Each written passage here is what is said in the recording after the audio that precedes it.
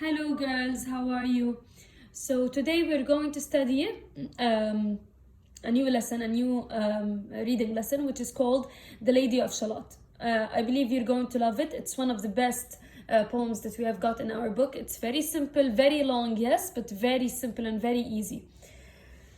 Okay, so before we start, let's just have a look at the sound devices, at the literary focus, which is the sound devices in poems and poetry. Whenever we used to study any poem, we used to stop and just explore the sound devices that are used. Sound devices are words that create the musical effect in poetry. For example, here what is explained and what you're concerned with is two things: alliteration and assonance. Alliteration is when you repeat the consonants, the beginning consonants of words that are after each other.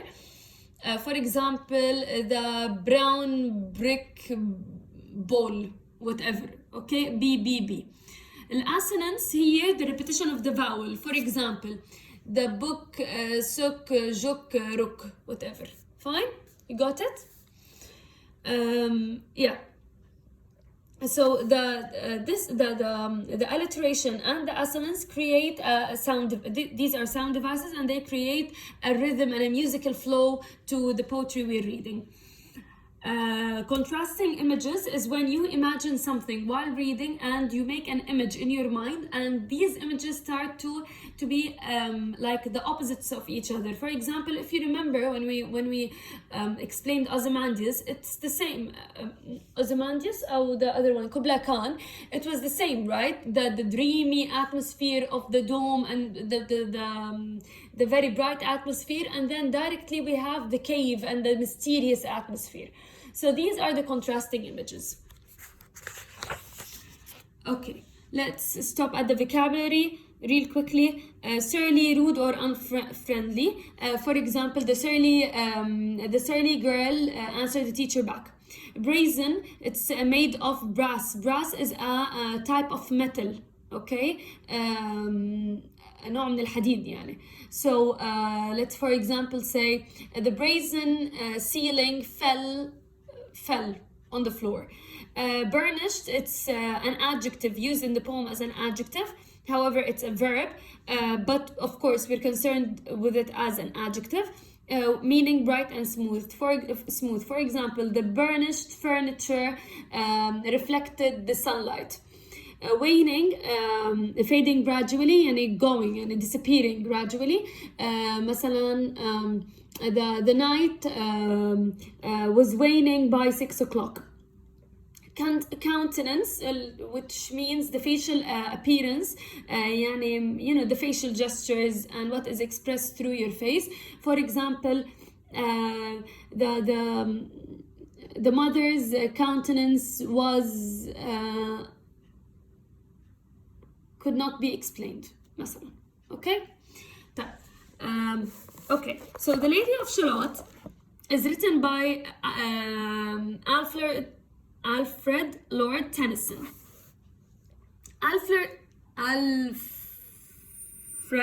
Lord Tennyson lived in the 19th century. He was a very popular poet during his lifetime and is still well known today. This poem is set near the legendary court of King Arthur at Camelot. You know that we have a legend, يعني أسطورة اللي هي تاعت King Arthur. It's a big one, it's a long one. هلا شو عمل the poet Tennyson? He was inspired by the legend. Okay, he was inspired by the legend. بقلب هيدي legend, I have King Arthur, and I have a place that King Arthur and his knights live in, which is called Camelot. Fine? Camelot is a place where there is a castle, and the knights would go there with King Arthur. Fine? So, according to English legend, King Arthur and his knights would travel to and from Camelot on their heroic adventures. You know that they have adventures and they come and go. So after each adventure, they would come to Camelot, and when they are leaving for a new adventure, they would go from Camelot.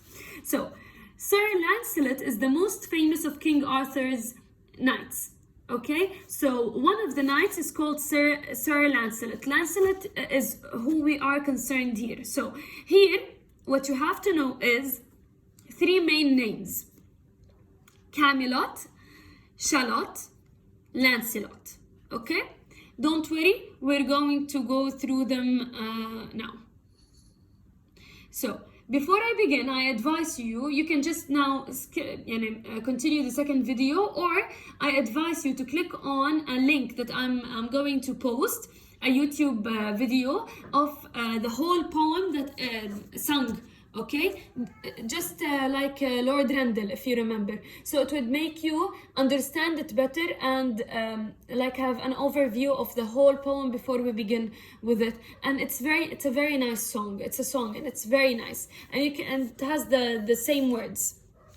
Okay, so I advise you to listen to the song before you begin.